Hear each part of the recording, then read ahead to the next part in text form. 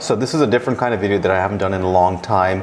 It's not an unboxing or a review of a product, but this is actually my experience with my MacBook Pro repair and how Apple handled the repair. It has a good side to it and also a very negative side. For the purposes of the video, I'm not going to be naming any names or any stores that I visited. Like many companies out there, Apple is very similar where majority of the time they perform great repairs. However, from time to time they do make a lot of mistakes, and it's happened to me twice with my repair, and I'll explain what happened after this.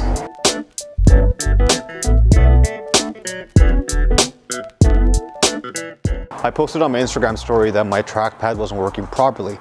The hinge on my MacBook Pro was off, so what the Apple Store did was they actually took it upon themselves to change the top layer, as well as my screen also had a chip on it. So what they decided to do was they actually changed the screen on my MacBook Pro. I specifically asked the person who was doing the repairs to make sure that everything was good to go, because prior to doing the repairs, I was aware of the fact that my skin on my laptop, which is from D brand, was going to be taken off, so I had to order a new one. Typically one of those D brand skins cost me about $80. It's not a big deal, but it's always good to get that clarified from the store that the repairs that are being performed are going to be 100% accurate and there's not going to be any issues. So long story short, I actually took it to the store. There's a lot of great people that are working at the store. Unfortunately, the people that were performing the repairs didn't do a great job. And what ended up happening was when I got my MacBook back, I asked them once again before I picked it up to make sure that it was okay.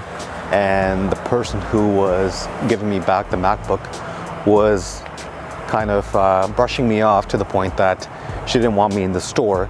And she said, everything's fine, you can order your skin, blah, blah, blah.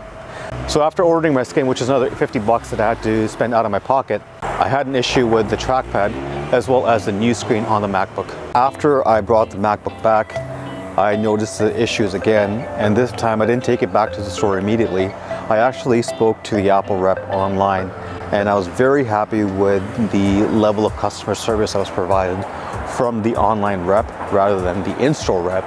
And what ended up happening was every time there was any changes to my repair status or something new was being done, this person actually took the ownership, was actually communicating with me on a regular basis. After my repairs were performed and I had to purchase a new skin again, this person even took it a step further. So what this person did was he actually spoke to his manager, explained my case, and spoke to the manager of the store. And unfortunately, in Apple's case, they don't provide skins that are made by Apple to give to me. Instead, he provided me with an accessory credit. The accessory that he provided me, unfortunately, I didn't need because I already have a carry case. But instead, what I was able to negotiate and get for my accessory credit was a pair of AirPods. So long and behold, like many other companies, Apple does make mistakes, but it's up to the onus of the consumer. Make sure that all the repairs are done properly and not to blame the stores because they may have done it in a rush and they may not have put in that much effort. This video is intended to say thank you to the person who was handling my case online, as well as the people who performed my repair properly. Thank you for watching once again. I really appreciate it. If you haven't subscribed to the channel, make sure you do so you don't miss out on any future content. There's a lot of videos coming out, and thank you.